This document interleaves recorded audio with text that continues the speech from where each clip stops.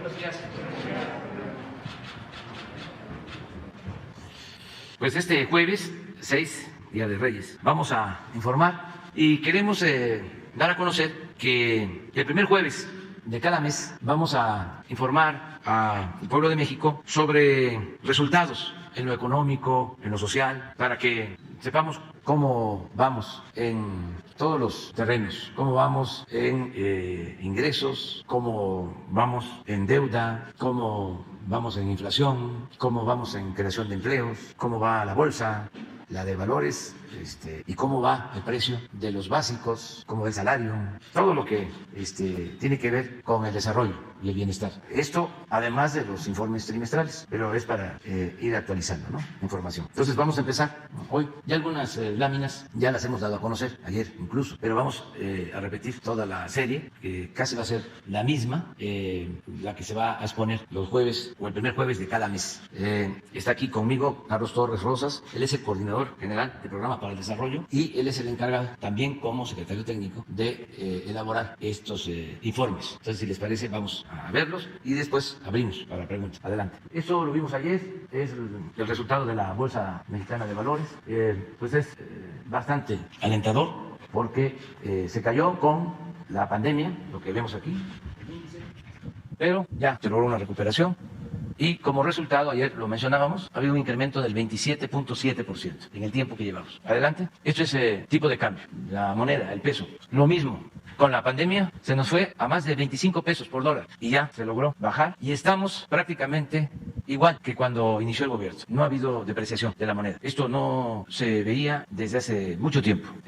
Solo se reflejó algo parecido, incluso mejor en aquel entonces, en 2 sexenios, desde el 34 hasta la fecha, solo en el sexenio del presidente López Mateos y de Díaz Ordaz, cuando estaba de secretario de Hacienda Ortiz Mena, que era 12 pesos 50 centavos por dólar, y se mantuvo 12 años así, 2 sexenios. Antes y después siempre ha habido depreciación, que es como un eufemismo de devaluación del peso. Entonces, este es un buen resultado, lo vamos a ver más a detalle si observamos el comportamiento de nuestra moneda con relación a otras de países. Por ejemplo, solo en el periodo se han apreciado más que nosotros el franco suizo, la libra esterlina, el dólar canadiense, la corona checa, corona sueca, el euro neozelandés, el dólar australiano, y ya estamos nosotros. O sea, lo que ha habido de depreciación es 0.8. Les hablaba yo de los 2 sexenios del presidente López Mateos y Díaz Ordaz, fue 0. Pero ya si vemos, el yen japonés se depreció más que el nuestro en el periodo. Y así vamos viendo, tailandés, la moneda de la India, todo esto se depreció, el rublo ruso, el sudafricano, el sol peruano, el colombiano, el chileno 26.7 y el brasileño 44.2. Ahora vemos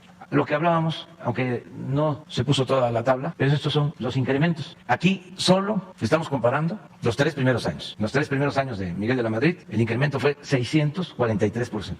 De evaluación. En los primeros 3 años de Salinas, 34.4%. En los primeros 3 años de Cedillo, 134% de devaluación. Los primeros 3 años de Fox, 19.2%. En los primeros 3 años de Calderón, 19.2%. Lo mismo. En los primeros 3 años de Peña, 32.8%. Y nosotros, en los 3 años, 0.8%. 4.8. Este es el dato a finales del año pasado. Es toda la serie. Seguimos. Y aquí se ve cómo ha venido creciendo y se ve esto, cómo lo recibimos y cómo está a finales del año pasado. Es lo mismo, nada más que cómo ha ido incrementando. Y si nos vamos para atrás, pues acuérdense que le quitaron 3 ceros. Adelante. Este es deuda. En el primer año íbamos bajando. Aquí llegamos con 46.1 del PIB, del producto. Y el primer año, 19, lo bajamos un punto del PIB, 45. Pero nos vino la pandemia y se nos cayó el PIB 8.5 y por eso esto. Ahora que ya empezamos la recuperación con relación al PIB, ya el año pasado fue 50.4, de 52.1 a 50.4. La disminución y esperemos que siga bajando en la medida que va a ir incrementándose el PIB, el Producto Interno Bruto. Pero se ve con más claridad en términos cuantitativos, en pesos, en la siguiente.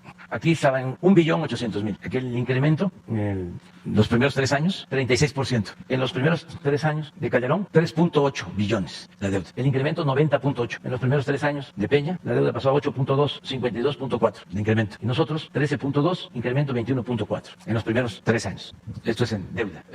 Nada más a punto de que nos tocó la crisis económica pues más drástica de los últimos 100 años. La caída de la economía fue brutal en el mundo. En el caso de México, no padecíamos una caída de la economía como la de 2020 desde los años 30 del siglo pasado. Entonces, por eso, esto no se trata de deuda. O sea, nosotros no hemos contratado deuda. Adelante. Esto es nuestro desafío, inflación. En los últimos tiempos se nos subió inflación más que en lo más alto de Peña, que fue 6.77, aquí estamos 7.37 y este es Calderón 6.53, lo más alto. Esto es un fenómeno también externo, lo van a ver ahora en la siguiente lámina. Así estamos. Brasil trae 10.7 de inflación en noviembre, Rusia 8.40, México 7.37, Estados Unidos 6.81, Chile 6.70, Colombia 5.26, Alemania 5.20, Reino Unido 5.10 y Canadá 4.70. Espero que sea transitorio, depende de muchos factores externos que se originaron con la pandemia. Toda la afectación a la actividad productiva, los incrementos de precio en alimentos, en el acero, en el transporte, también más demanda porque se inyectaron fondos, sobre todo en Estados Unidos, más dinero circulante y menos oferta. El fenómeno este que hablábamos de que se quiere comprar un refrigerador, una estufa, un electrodoméstico y hay que esperar, que no se tiene, se cuenta con el dinero pero no hay el producto. Seguimos adelante, esto ya lo vimos ayer también, son los puestos de trabajo, aún con esta caída de diciembre, que ya sabemos a qué se debe, de cómo despiden a los trabajadores en noviembre y los recontratan. O sea que es para no pagar prestaciones, para que los trabajadores no adquieran derechos y aclaro, en lo legal, porque en lo social y en lo moral tienen el derecho. Es una maniobra legal o legaloide. Entonces, para que no vayan adquiriendo derechos, se les despide en noviembre aparentemente y se vuelve a recontratar. Y en algunos casos, que esto los vamos a estar viendo y los vamos a conocer, no es advertencia, mucho menos amenaza. El último mes no pagan el impuesto sobre la renta y lo vamos a estar revisando. Entonces, independientemente de esto, de todas formas, son 20.620.000 trabajadores inscritos en el Seguro Social, un poco más de los 20.613.000 que habían antes de la pandemia. O sea, ya nos recuperamos, nos habíamos recuperado más hasta noviembre, pero aquí es este fenómeno, creo. De todas maneras, hay un incremento en puestos de trabajo. Seguimos. Y este es el promedio del salario de los trabajadores asegurados de los 20.600.000. ¿Cuál es el promedio de ingresos del salario? 13.253 pesos mensuales. Son como 3 salarios mínimos aproximados, poco menos, porque ahora el salario mínimo está subiendo. Promedio, pero sí va creciendo. Adelante. Esto es lo mismo, nada más que en salario mínimo, cómo ha ido aumentando. Ya también vimos esta lámina ayer. Estos son los tiempos de nuestro gobierno. En más de 30 años no se había aumentado el salario como ahora. Es un timbre de orgullo de nuestro gobierno. Y esto se ve reflejado, ya vimos cómo está arriba la inflación, pero aún con la inflación, miren en la lámina siguiente cómo estamos con relación a el poder adquisitivo, el salario. En el 18 pues alcanzaba para 3 kilos de frijol, 3, este es huevo y este es tortilla. Este es el salario del 18. Ya el 19 empieza a mejorar, 3.60. Esto es aún con la inflación, ya es el real. Este es huevo, aquí sí ya aumenta más tortilla. En el 20 también, este es frijol, tortilla, huevo, tortilla. Este es 21. Es frijol, huevo, tortilla, y aquí como es buena la cosecha de este año, ¿sí? Aquí subió el precio del frijol y aquí ya ha bajado, ya alcanza más, este es el huevo y a la tortilla también, con el incremento del 22% del salario para este año, salario mínimo. Entonces en esto también, esta es nuestra bolsa de valores, la que más nos importa. Entonces mes con mes vamos a ir viendo aquí cómo vamos. Adelante.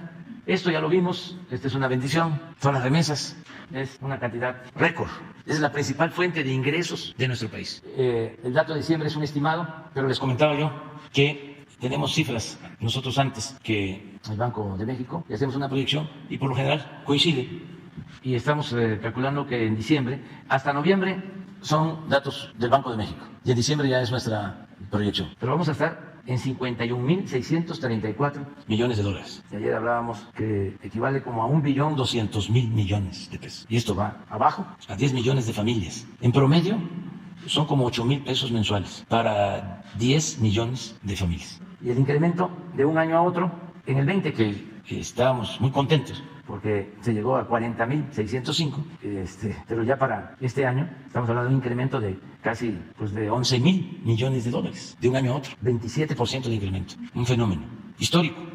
Lo vamos a ver en la siguiente lámina. Miren el comportamiento por año. Siempre arriba, este es el 21 por mes, fenómeno. Y muchas gracias a nuestros paisanos. Decirles que están ayudando mucho, enviando estos apoyos a sus familias. Esto ha permitido, repito, junto con el apoyo de los programas de bienestar, que no tengamos una crisis de consumo o que no tuvimos una crisis de consumo durante la pandemia, porque había circulante, había dinero para lo básico. Adelante, y así está, creciendo.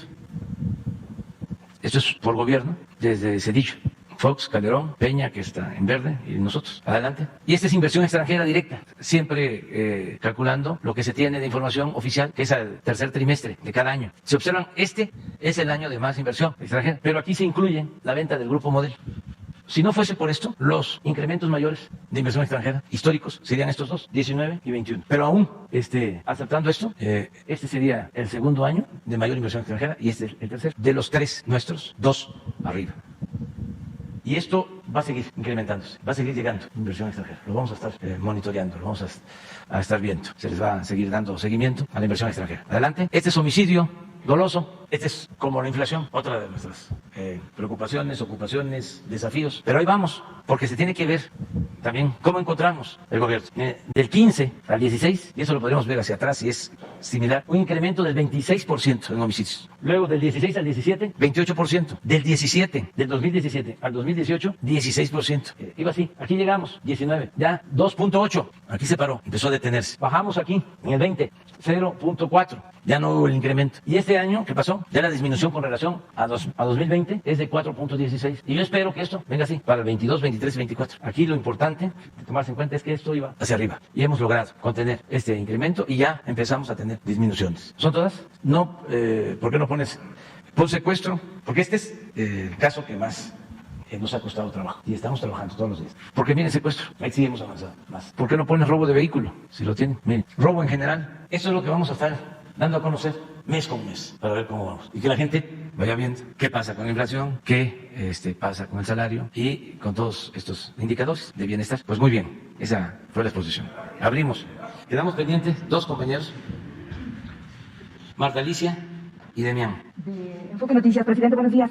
Bueno, pues a propósito de esto que comenta la evaluación que hace de la economía de comportamiento, no pasó nada respecto a las proyecciones que tiene el gobierno federal de las tasas de interés, porque bueno, pues se prevé tan solo que en febrero el Banco de México vuelva a incrementarla 25 puntos base y que bueno, pues sabemos, ¿no? El incremento de las tasas pues beneficia a los ahorradores, aquí tienen mucho dinero ahorrado, pero pues también puede inhibir el crecimiento económico, generación de empleos, esto considerando también lo de la inflación.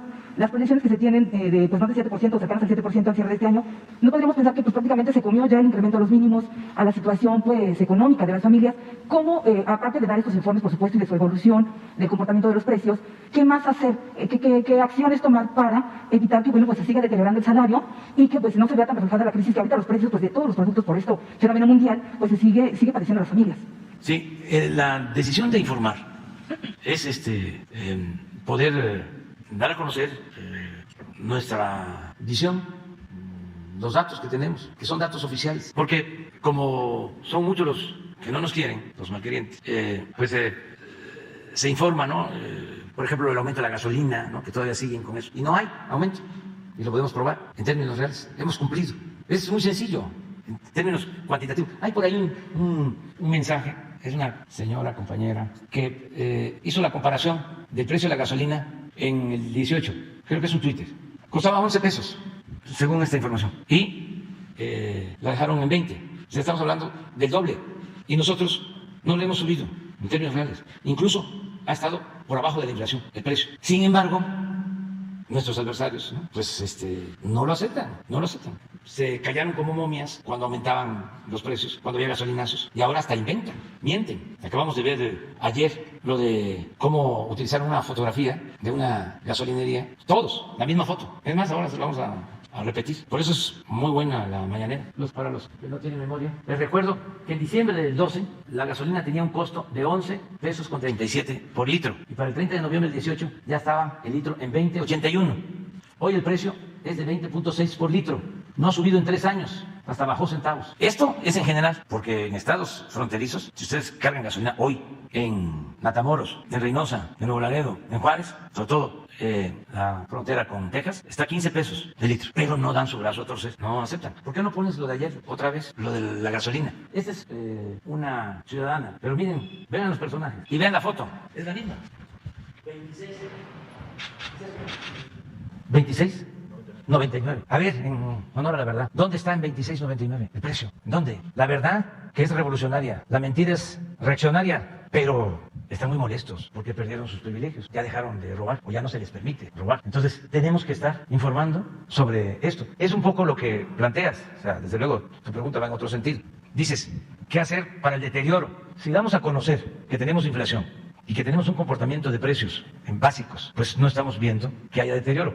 No se ha comido la carestía el incremento del salario mínimo. Sí, desde luego que la inflación, la carestía afecta, pero como nunca en la historia reciente se había aumentado tanto el salario mínimo, por eso no se lo ha comido. Se lo comía, se lo tragaba en el periodo neoliberal, que la inflación siempre estaba por encima del salario mínimo. Pero eso la prensa conservadora, oficiosa, nunca lo analiza. Entonces, por ejemplo, mencionas de los incrementos de tasa. Cuando llegamos al gobierno, no tenemos el dato ese, la tasa era 8%, la bajamos hasta 4%, no nosotros, el Banco de México, que le corresponde. Entonces, es un mecanismo que tiene el Banco de México para controlar la inflación, por lo que estás preguntando. Entonces, cuando aumenta la inflación, pues le aumentan a la tasa. De todas maneras, la tasa actual, la de hoy, es más baja que la que encontramos cuando llegamos al gobierno. De todas formas, podemos probarlo. Entonces, vamos a seguir nosotros defendiendo la economía popular, enfrentando estos factores externos, porque las otras crisis también que se han presentado en México, las más impactantes, se han originado por los malos gobiernos. La crisis del 94, 95, pues fue al final del gobierno de Salinas y a la entrada del gobierno de Zedillo, que Vargas Llosa dice que es un héroe,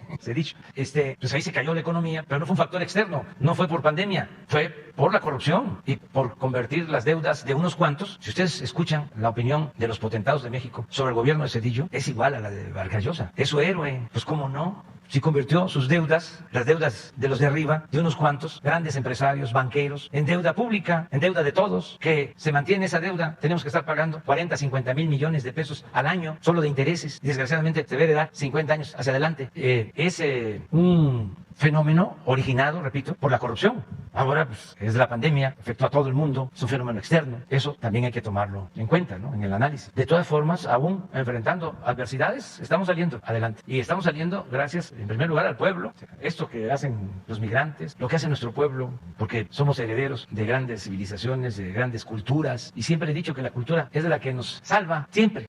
Por eso es doblemente cuestionable, ¿no?, el racismo y el clasismo. Porque el que es racista o es clasista no solo discrimina, sino niega la importancia que tiene el pueblo para que todos, los de clase media, los de arriba, podamos vivir mejor. Pero se debe mucho al pueblo, a los trabajadores. Siempre que se habla de una empresa, solo se piensa en el capital y se olvida el trabajo. Entonces tenemos que tomar en cuenta todo, ¿no? Desde luego somos libres y el que quiera seguir siendo racista, pues allá él, que quiera seguir siendo hipócrita, que siga su camino.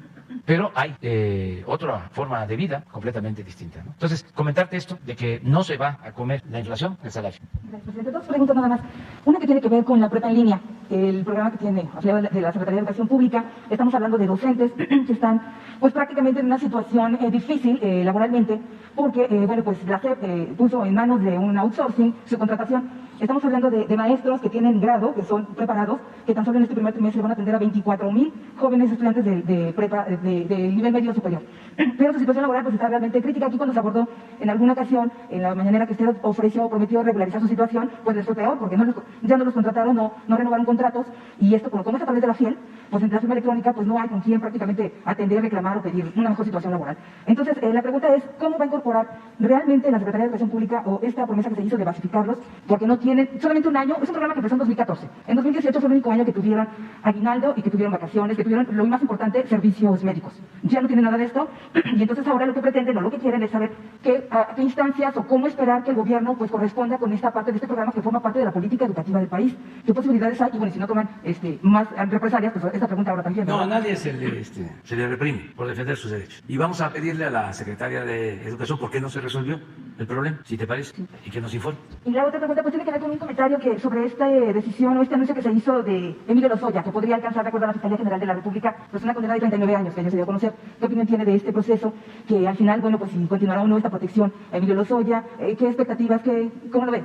Pues es un asunto de la Fiscalía General de la República y ellos tienen este proceso y está en curso. Falta la decisión de los jueces, del Poder Judicial. Vamos a ver qué sigue sobre este asunto judicial como otros. Yo lo único que puedo decir o repetir es que le tengo confianza al fiscal general, a Gersmanner, Alejandro Gersmanner, y lo considero una gente íntegra, incapaz de fabricar delitos. Y por lo que corresponde a nosotros, también porque hay que estarlo repitiendo, ya he dicho también en otras ocasiones, que la diferencia entre un escritor y un dirigente es que el escritor no debe de repetirse, no debe de caer en lugares comunes. El dirigente sí tiene que repetir, y repetir, y repetir, y repetir, porque es una labor de concientización, de ir creando conciencia. Entonces, ya he dicho en otras ocasiones que no es como antes, que la Procuraduría General de la República dependía del presidente. Ya no depende la Fiscalía del presidente. Ya es una instancia autónoma, como el Banco de México, como el INE. Entonces hay que respetar la autonomía. Antes, durante siglos, desde el México independiente, bueno, y durante los 3 siglos de dominación colonial, el poder estaba concentrado en una persona. Durante la colonia, pues era el virrey. Si acaso le competía el arzobispo, pero por lo general era el virrey. 3 siglos. Y luego el presidente. Afortunadamente no tardó mucho el imperio, pero sí Porfirio Díaz, 34 años. Y después doña Porfiria, y después Porfirito. Pero se concentraba el poder en una persona. México, en lo público, era país de un solo hombre. Presidente era el que decidía sobre los asuntos judiciales, sobre los asuntos legislativos, sobre los asuntos políticos. Yo todavía padecí eso, y esto también lo digo para los jóvenes. Yo era jefe de gobierno y no querían que yo compitiera, que yo fuese candidato a la presidencia en el 2006. Entonces, a mediados de mi mandato como jefe de gobierno, me fabricaron un delito, según el cual yo había desobedecido la orden de un juez cuando construí un camino para comunicar a un hospital. Y todo esto lo fraguaron en Los Pinos. Mandó a llamar Fox al presidente de la Corte, al nieto del gran escritor Mariano Azuela, que escribió una gran novela, extraordinaria novela. Los de Abajo, se llama esa novela, que la recomiendo. Bueno, su nieto era presidente de la Suprema Corte de Justicia y lo mandó a hablar Fox y le dio una instrucción para que me iniciara un proceso para desaforarme, para quitarme del gobierno. Y me quitaron del gobierno, porque los que están ahora en la oposición, en aquel entonces, pues como sucedió en los últimos tiempos, pues actuaban juntos. Se puso de acuerdo Fox, Krill, Mario Fabio Beltrones del PRI, Chofet del PRI, y en la Cámara llegaron a la decisión, votaron mi desafuero, me desaforaron y me dejaron ya a disposición del Ministerio Público Federal para que me aprendieran. Estaban esperando que yo me huyera o que me amparara. De este mismo grupo opositor pagaron la fianza, creo que 2,000, 3,000 pesos. Ya cuando la gente empezó a movilizarse, porque a mí siempre me han rescatado, me han sacado a flote los ciudadanos del pueblo, porque el pueblo es mucha pieza. Entonces ya cuando sintieron de que no iban a poder, ya andaban buscando la manera de que yo no fuera a la cárcel y pagaron en mi nombre una fianza. Y desde luego que la rechacé, porque conozco la vida de lucha pacífica de Gandhi, de Mandela, de Luther King. Recordaba yo mucho lo de Luther King, que lo detenían porque supuestamente se pasaba un alto, iba a la cárcel, y siempre le ofrecían que salía con fianza, y nunca aceptó salir de la cárcel con una fianza. Eso se llama resistencia civil pacífica. Entonces ya no es lo mismo. Ya el presidente ya no da orden al presidente de la Corte, ya es distinto. Lo mismo con la Fiscalía. Por tu pregunta sobre el caso del exdirector de Pemex, esto lo va a ver el Poder Judicial. Muy bien. Entonces vamos con Demián. Luego tú. Sí, ¿qué tal? Buenos días, señor presidente. Bueno, primero que nada, desearle un feliz 2022, que sea muy productivo, sobre todo para todos los mexicanos este año, los mejores deseos. Demián Duarte, del Sonora Power, Radio Sonora Telemax. Y bueno, señor presidente, una observación a la presentación que hicieron. Creo que le faltaron 2 indicadores que serían importantes revisar. Uno tiene que ver con las reservas del Banco de México. Se reportó que subieron al cierre del año pasado a más de 202,000 millones de dólares. Y esto representa un incremento del 16.4% respecto al nivel en el que usted las tomó. Creo que es un resultado muy interesante de ver y revisar. Y la otra, sería muy interesante observar un comparativo de la inflación inflación. Usted hablaba de que es el desafío en materia económica que enfrenta su gobierno, y según mis cuentas, bueno, hasta hoy hay acumulado pues un 13% de inflación, más o menos en lo que va de su administración. Estaba revisando yo, incluso lo publiqué en la columna que publicó en SDP Noticias, esto de los AMLonomics, y es muy interesante porque, por ejemplo, sus antecesores dejaron pues un rastro de inflación muy fuerte. Miguel de la Madrid, bueno, que es el primero que observé, tuvo una inflación del 4.030%, pero por ahí está el dato de Carlos Salinas, por ejemplo, que tuvo 142% de inflación en su sexenio, Ernesto Zedillo de 225, el héroe de los neoliberales, 225% de inflación, Vicente Fox un 30%, y Felipe Calderón un 28%. El comparativo pues siempre saca pues algunas dudas, ¿no?, al respecto de lo que se tiene en resultados. Más allá del apunte económico, señor presidente, yo quisiera plantearle tres temas que son importantes. Uno tiene que ver con todos los estados de la frontera y algunos que se han agregado a este plan que se tiene de regularización de los vehículos extranjeros que han entrado de manera ilegal al país. Hay mucha inquietud todavía, incluso la AMDA, la Asociación Mexicana de Distribuidores de Autos, se está quejando de que por efecto de la regularización están bajando sus ventas. No se ha regularizado un solo carro. La pregunta en particular sobre el tema es, bueno, ¿cuándo se inicia? ¿Cuáles son las reglas? ¿Cuántos carros van a estar sujetos a este proceso de regularización? Puesto que ya empezamos el año fiscal 2022, y naturalmente entre los propietarios de los vehículos chocolates, pero también entre los gobiernos estatales y municipales, pues existe la inquietud de qué va a pasar con este programa, cómo va a estar el tema de los ingresos, cómo se van a distribuir.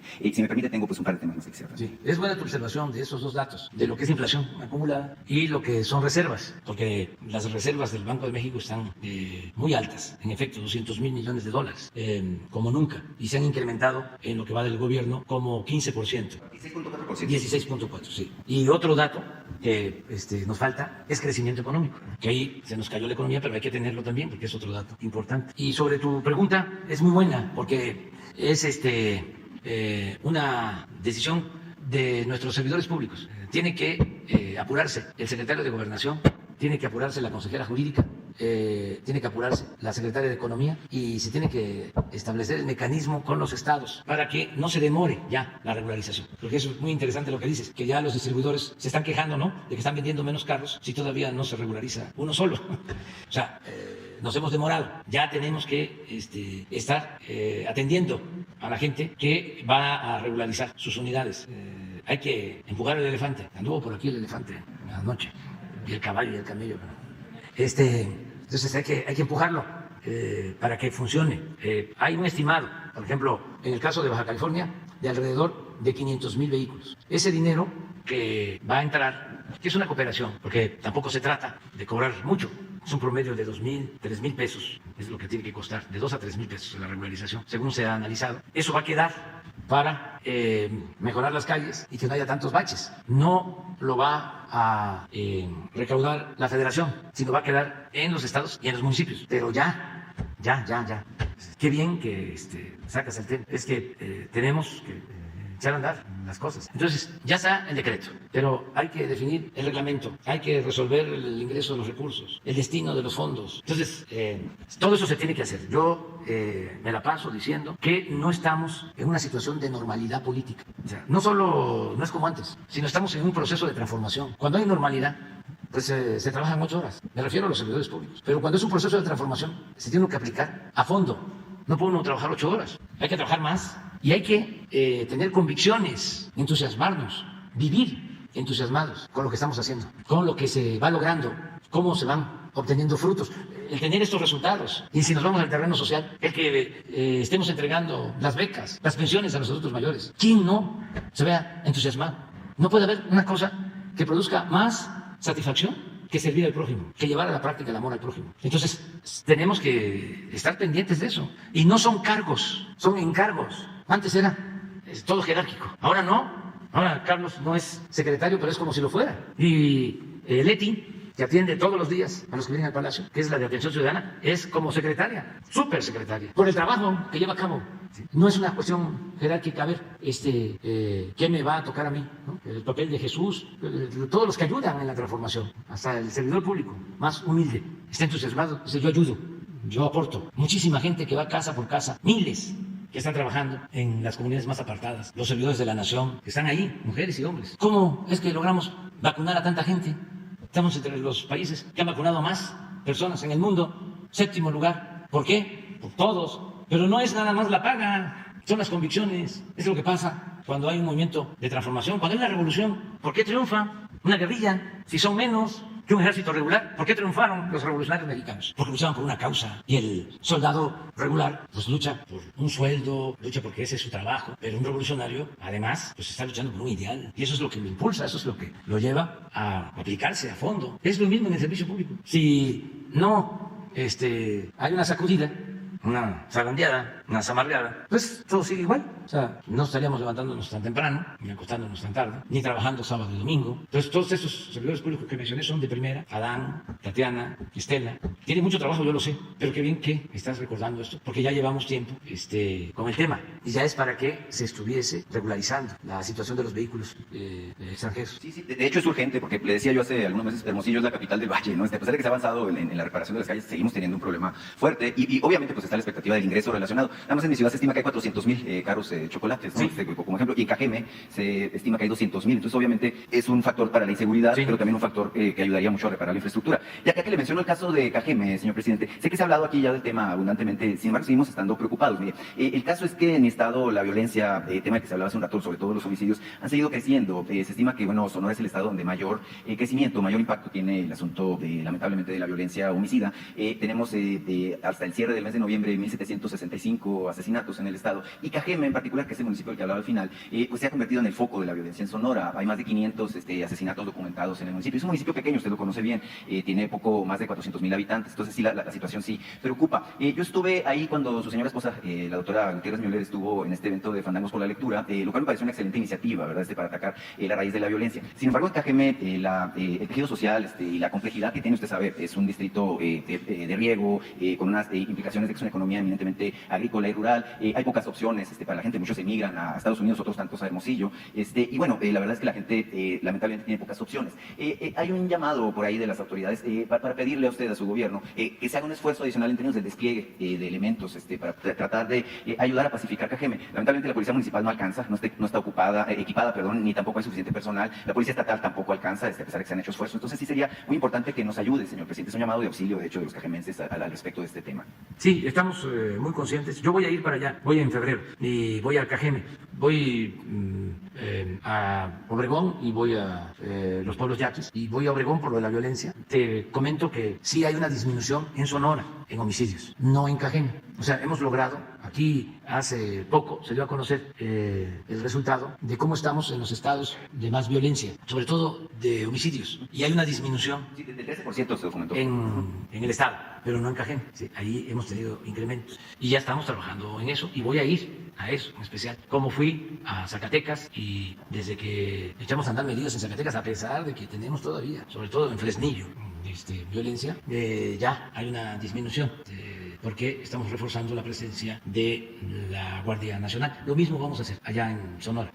Vamos a ir a Sonora a principios de febrero. No sé exactamente qué fin de semana, pero sí voy a estar en Cajeme, voy a estar con los yaquis porque necesitamos avanzar en lo del sistema de riego. Ayer tuve un acuerdo con Román Meyer de Desarrollo Urbano porque estamos mejorando la situación de todos los pueblos de la cultura yaqui y vamos a seguir. Entonces voy a esos dos asuntos muy importantes y voy a estar en Sonora 3 días en febrero. Voy a eso. Va a ser muy bienvenido a nuestro estado, señor presidente. Quiero tocar otro tema relativo a Sonora, precisamente. El gobernador Durazo dijo en noviembre pasado este dato que luego usted retomó y que parece que fue repetitivo en todos los estados, de las anticipaciones de participaciones federales que se dieron a los estados. En el caso de Sonora, el anterior gobierno que encabezaba Claudia Pavlovich pidió 2,400 millones de pesos en anticipaciones a participaciones federales. Nadie sabe en qué se invirtieron o cómo se hizo, y sí dejó al gobierno entrante pues con un quebranto fuerte. Le estaba costando al gobierno nuevo 487 millones de pesos cada mes del último trimestre del año esta situación. Ahora, al respecto de la gobernadora Pavlovich y su equipo, bueno, yo tengo información de que hay una serie de auditorías, investigaciones, causas sancionatorias a nivel administrativo, pero también penales, precisamente por lo que se sospecha que es un quebranto millonario a las arcas, a las finanzas públicas de mi estado. Señor presidente, en Sonora hay una preocupación manifiesta de la opinión pública y de los ciudadanos al respecto de esta especulación que se da del eventual nombramiento de Claudia Pavlovich como la cónsul de México en Barcelona. Es decir, se dejaría, por decirlo de alguna manera, un mal sabor de boca un nombramiento de una cónsul en un momento en el que está sujeta a un proceso de investigación. Sé que su gobierno ha tomado la decisión de invitar a algunos políticos de oposición a posiciones diplomáticas, incluso algunas posiciones dentro de su gabinete. La pregunta en particular sobre el caso de Claudia sería esa, ¿no? si efectivamente está en vías este nombramiento, si habría la posibilidad de que haya un compás de espera, que se concluya con los procesos de investigación, porque sí que preocupa y naturalmente que lastima pues que en medio de un proceso así pues se le dé un nombramiento de esa naturaleza, ¿no? Muchas gracias. Que se tiene que ver si hay denuncias presentadas y si hay responsabilidad, porque no se puede juzgar a nadie si no hay pruebas, si no hay elementos. Entonces no podemos nosotros descalificar a la exgobernadora de Sonora. Tendría que ser un proceso judicial, el que existiera. Se entiende que hay un elemento de presunta responsabilidad. Sin embargo, el problema aquí es que es generalizado dentro de lo que fue su gobierno. Pues usted ha dicho, por ejemplo, pues no ocurre nada dentro de un gobierno sin que se entere el presidente, sin que se entere el gobernador. Es la misma situación en Sonora. El tema no es juzgarla a priori o señalarla por situaciones, porque yo pudiera decir así que aquí que fue tal o cual cosa, y no lo es. Es simplemente que hay señalamientos, ya hay acusaciones ya en contra de ella y de los integrantes de su gabinete. Lo vamos a revisar, pero no se puede hacer un juicio sumario, nada más por cuestiones de índole política. No es tu caso, tú además tú tienes toda la libertad, no solo como ciudadano, sino sobre todo por tu profesión. El periodista tiene que ser mirón profesional. Pero tenemos que ver si hay elementos, no hay elementos, ¿sí? Porque si nos vamos a eso, pues a la denuncia, pues son muchas, pero tienen que haber pruebas, entonces vamos a esperar. No descartamos nada. No se descarta. ¿Quién quedó? ¿Pero quién quedó? Tú quedaste. Ah, perdón. Yo estoy de acuerdo. Ahí vamos. Buenos días, feliz Día de Reyes a todos. Buenos días, señor presidente. Me llamo de la Mexico News y sin censura. Sobre el tema, primero preguntarle, hay mucha gente que a través de las redes sociales ha estado preguntando si existe la posibilidad de que el Banco del Bienestar pudiera adquirir la deuda que tienen con otros bancos, para que, aprovechando el tema de la tasa de interés, en vez de que se le pague a estas instituciones financieras, se pudiera pagar en el Banco del Bienestar. ¿Existe esa posibilidad? ¿Es viable? Sí, existe, pero es lo mismo. Tenemos que terminar de constituir el Banco del Bienestar y tenemos que aplicarnos a fondo, porque debemos terminar 2.700 sucursales, que va a ser el banco más grande, ¿no?, de más sucursales en el país. Pero esto implica construirlas. Ya tenemos construidas más de 1.000 sucursales, pero las estamos equipando porque requieren cajeros. Ahora con la crisis mundial se nos ha dificultado el conseguir los cajeros. Ya estamos formando a los responsables de las sucursales. Necesitamos la conexión, tiene que haber internet, y lo que queremos es tener las sucursales en las zonas más apartadas donde no hay internet. Entonces tenemos que conseguir al mismo tiempo la conexión de internet para el funcionamiento de los bancos. Vamos en eso, estamos trabajando con ese propósito. Luego, una vez que tengamos ya toda la red, yo espero que podamos terminar a fin de año, como también espero a fin de año tener ya funcionando en mejores condiciones, pero mucho mejores, el sistema de salud pública. Es así un desafío. Hoy tengo reunión con todos los de salud y vamos a enfrentarnos al reto para que se tenga atención médica, no falten los médicos, los equipos en los hospitales y las medicinas, y todo gratuito. Ahí sí que me canso, que lo vamos a lograr. Es una de mis tareas pendientes. Entonces, lo del banco es otro y el internet es lo otro, pero se batalla.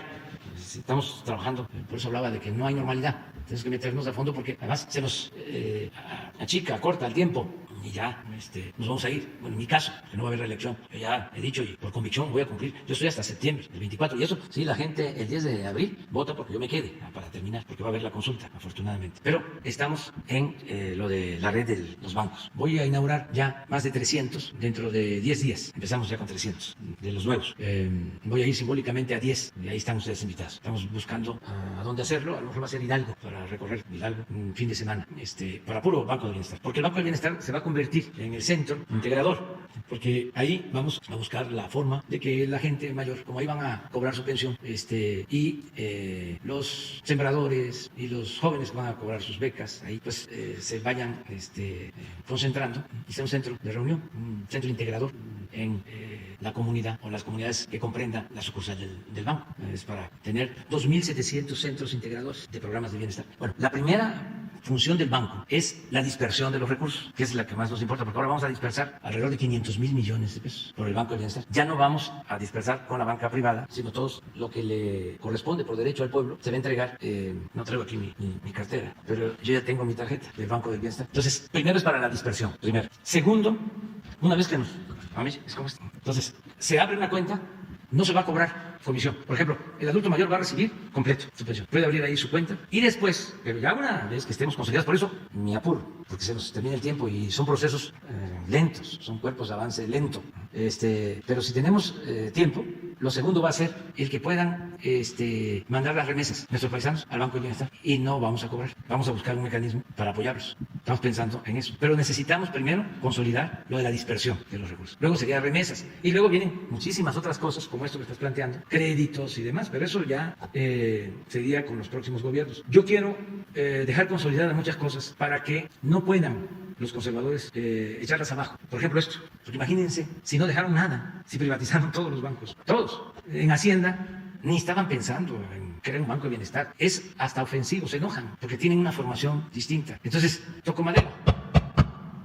Regresa la política neoliberal, van a querer acabar con el banco. Si lo dejamos consolidado, les va a costar más trabajo. Entonces, por eso queremos avanzar. Pero sí, es un proceso y a mí me sirve no solo para informarle a la gente de cómo estamos trabajando, sino también para seguir convocando a la participación entusiasta, comprometida a los servidores públicos, que nos sigamos aplicando con todo para avanzar. Presidente, en un segundo tema, ahora acaba de mencionar, reitera la confianza que tiene hacia el fiscal Gertz Manero, pero preguntarle si usted tiene conocimiento de por qué el fiscal habría elevado a prioridad del Estado el problema que tiene con su familia política, quienes habrían sido, pues, sobrinos políticos de su hermano, creo que lo fueron incluso a buscar a la Suprema Corte para mencionarle el tema, y ellos han estado denunciando que el fiscal está llevando una venganza en contra de ellos y que habría elevado una situación que estaba en la Fiscalía General de Justicia de la Ciudad de México a la Fiscalía General de la República, como si fuera una prioridad del Estado. ¿Usted tiene conocimiento de algo de esto? No, tengo información general, pero por lo común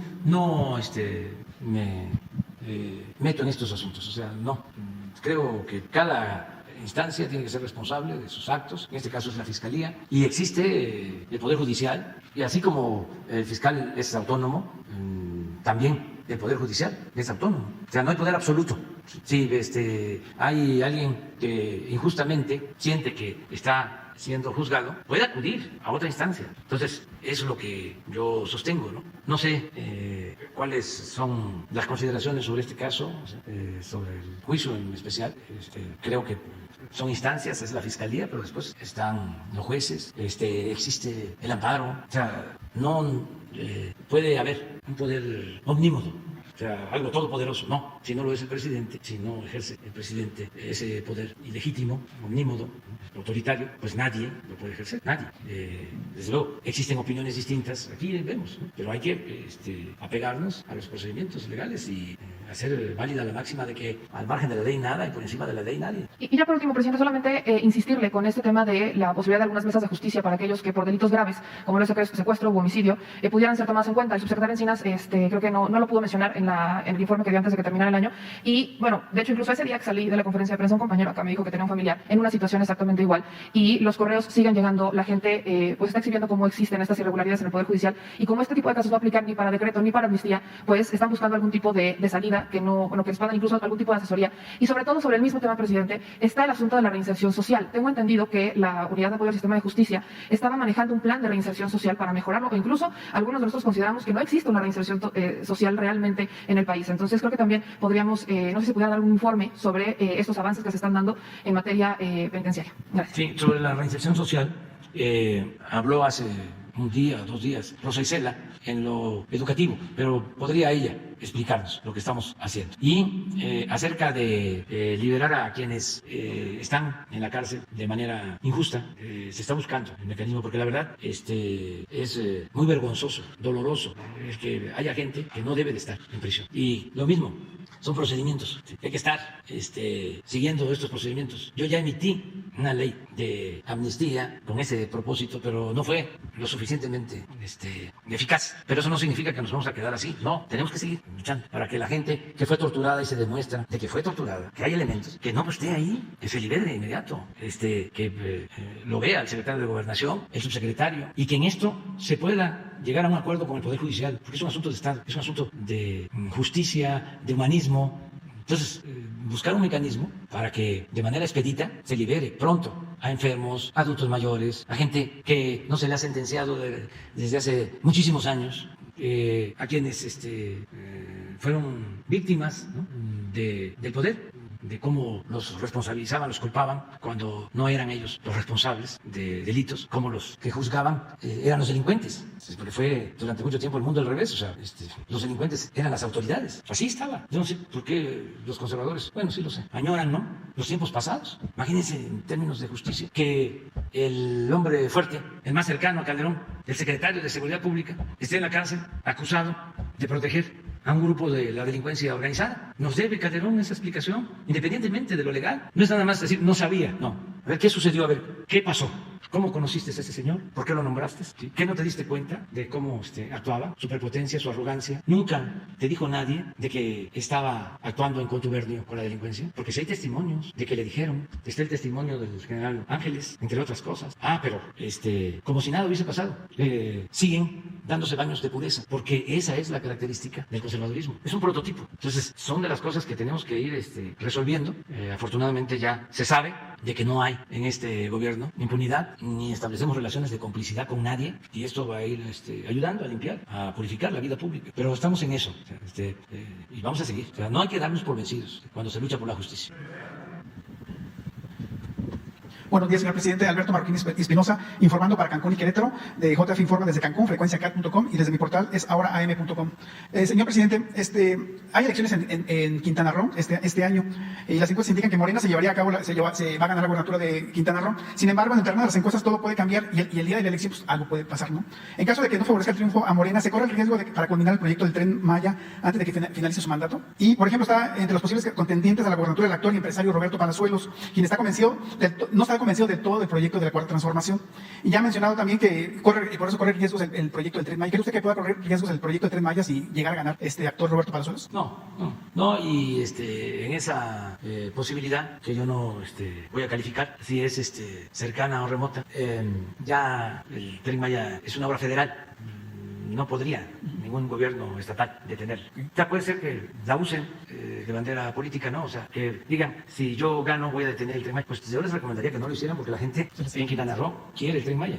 Yo recuerdo, fíjense, hace como 3 años, cuando empezaron lo del tren, hubo un desfile escolar, fue el 19, y un 20 de noviembre del 19, y en Felipe Carrillo Puerto, los niños de la escuela, un grupo, hizo un tren de madera, el Tren Maya. O sea, es algo que ya lo hizo suyo la gente. Ayer hice un llamado a empresarios, a hoteleros, que ayuden, y todos están respondiendo, todos. Y los campesinos, en el ejido Felipe Carrillo Puerto, se consiguió el terreno para el nuevo aeropuerto de Tulum. Se portaron los ejidatarios, pero con una nobleza que conmueve. Me mandaron una carta diciendo que ellos apoyan. ¿Saben cuántas hectáreas tienen? 100,000 hectáreas. Entonces, ahí es el Tren Maya. Y nos vendieron el terreno para el nuevo aeropuerto de Tulum. Y está muy pegado a Tulum, está junto a Tulum, nada más que pertenece al municipio de Felipe Carrillo Puerto. Y en el caso de Tulum, que por eso no nos ven con buenos ojos algunos, ha habido mucho tráfico de terrenos, ahí en el caso de Tulum, invasiones, ¿no?, áreas naturales, de tiempo atrás. Y esos son seguramente los que se oponen. Bueno, él podría ampliar, pero no te vamos a dar ahorita la palabra. Ok, ahora porque tú tienes conocimiento de lo que está pasando, o sea, más que nadie. Ahí. Y yo también. Sí, un día que tú hagas el planteamiento de lo que pasa allá, sobre el acaparamiento de los terrenos, despojos, ¿sí?, y corrupción que se ha extendido en toda esa zona. Y en otro tema, señor presidente, ahora en Querétaro, desde agosto de 2017 la activista queretana Alicia Colchado interpuso ante la Profepa denuncia de hechos probablemente constitutivos de delito por invasión del área natural protegida por desarrolladores inmobiliarios. Desde entonces han transcurrido más de 4 años sin que nadie dé respuesta a la denuncia presentada mientras la invasión continúa. Señor presidente, usted ha sido ejemplo del trabajo incansable y todo lo contrario ha ocurrido en el caso de la Profepa, que incluso ya ellos tardaron 4 años para reconocer que el área afectada sí se encuentra dentro del polígono protegido del Parque Nacional Cimatario, y ahora intentan cerrar el expediente de la Profepa sin darle un cauce ya de un buen término, ¿no? Señor presidente, existen otras reservas en riesgo también en Querétaro por su importancia económica, por desarrolladores inmobiliarios. Ya aún existen varios trámites atorados en Semarnat.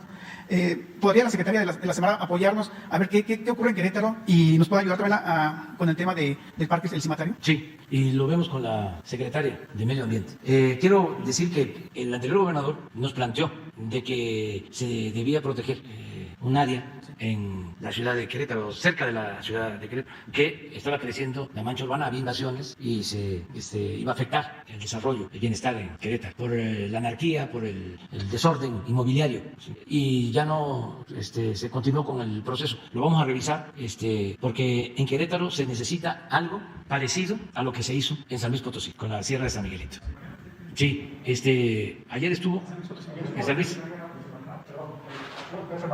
Sí, nada más que hay otro conflicto porque ahora se está hablando de un amparo que supuestamente está violando los derechos humanos de los comuneros, pero ayer se firmó pues el primer paso para dar protegida de la Sierra de San Miguel. Sí. Van a haber seguramente reacciones, pero tenemos que proteger el medio ambiente y tenemos que frenar el crecimiento desordenado, anárquico, todo esto que hicieron durante el periodo neoliberal, que destruían cerros, que se hacían miles de departamentos, porque estaba el negocio, la corrupción de empresas inmobiliarias vinculadas al poder. Va uno a Hidalgo, al Estado de México, y es un paisaje desolador.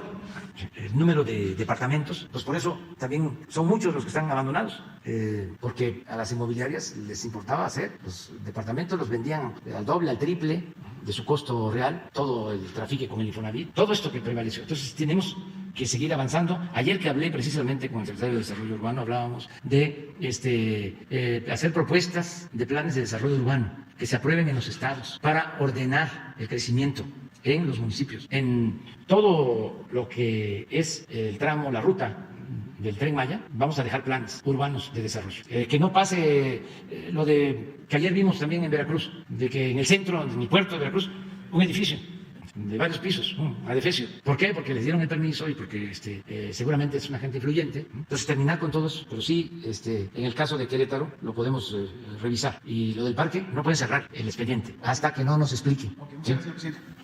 Ya nada más vamos con el compañero. Buenos días, señor presidente. Raúl Hernández, del periódico, del Parlamento, del Consejo Integral del Comercio Exterior. Felicidades a todos, feliz año. Tengo tres temas, son tres reyes, Día de Reyes, son tres temas interesantes. Uno de ellos, el primero, es el borrón y cuenta nueva que están pidiendo integrantes de la Asamblea Nacional de Usuarios de Energía Eléctrica, que he tenido algunas peticiones de ese grupo y tuve la oportunidad de hablar con Martínez Barza, el secretario del ESME, del Sindicato Mexicano de Electricistas, y que ese es un asunto después de que cancelaron la campaña de Luz y Fuerza del Centro por parte del señor Felipe Calderón. Ellos piden, los integrantes de los usuarios, que son más de 200,000, que tengo más o menos relacionados, que detuvieran los cobros irregulares superiores a la capacidad de pago de los usuarios.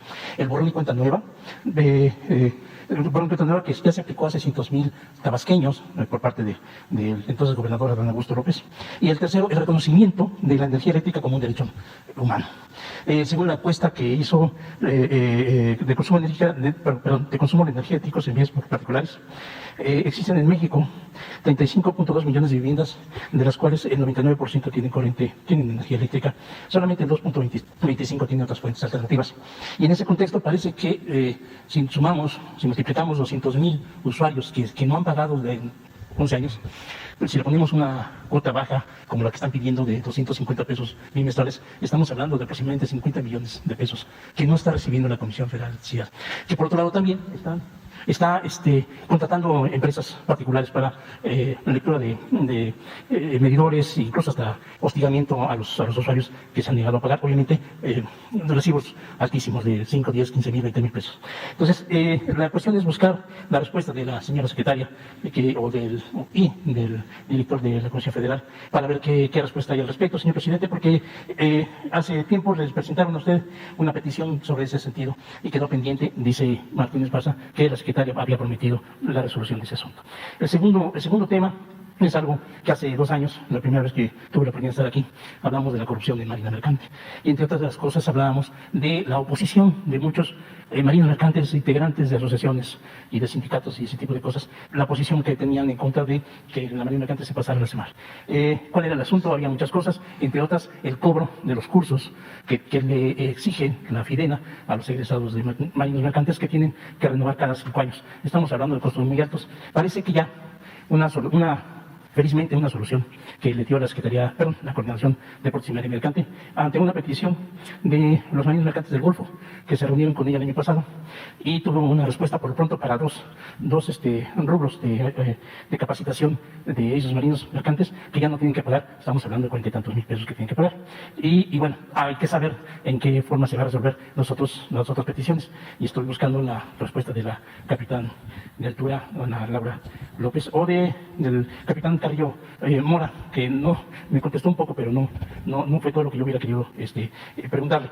En ese mismo sentido, el marino mercante, hay otro punto que también le toca al capitán Carrillo Mora, cuando él era capitán de puerto en Islas del Carmen, Campeche, porque es el que se encargaba, él fue el que tenía a su cargo la remoción de los barcos de oceanografía que están ahí atascados, contaminando el ambiente.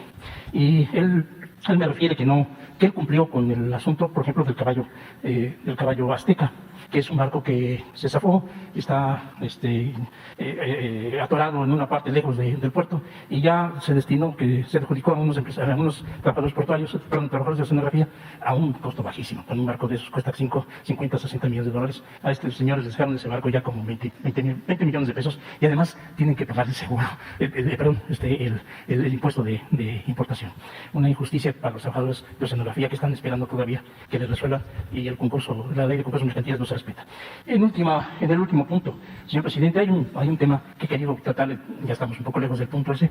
Usted propuso a la ONU algo muy interesante y a Canadá y a Estados Unidos un asunto muy interesante respecto a crear situaciones para que trabajadores centro y sudamericanos pudieran tener una forma de vida.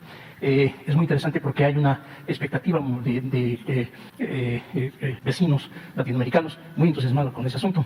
Ojalá y se pueda, porque ahí, la verdad, la propuesta de usted refiere el señor canciller que hay más de 100 países que están apoyando esas ideas propuestas por usted. Ojalá y sea así en la ONU, porque la verdad sería un auxilio muy importante para esta gente que pues está migrando. Sin embargo, hay dos puntos que yo quiero tocar. Uno es el AUKUS que ha formado Estados Unidos el Reino Unido con Australia en contra de China y Rusia. Cosa que ahí hay un problema porque, nada más hay que ver los armamentos que están mandando y que están moviendo. Eso da miedo. Y el otro punto también es de la propuesta que usted está haciendo, que puede ser una alternativa muy importante, sobre todo cuando los países latinoamericanos, ahora algunos ya de izquierda, estaban haciendo la propuesta de ser un banco latinoamericano y otras cosas. Y yo le diría una idea que tiene su servidor de una naviera latinoamericana, que si nos podemos hacer cuentas, había un gran beneficio para los productos que se mueven en este lugar. Una cosa parecida a lo que hizo Luis Echeverría, y de esto sabe un poco el que fue secretario de la presidencia, Ignacio Valle Fernández.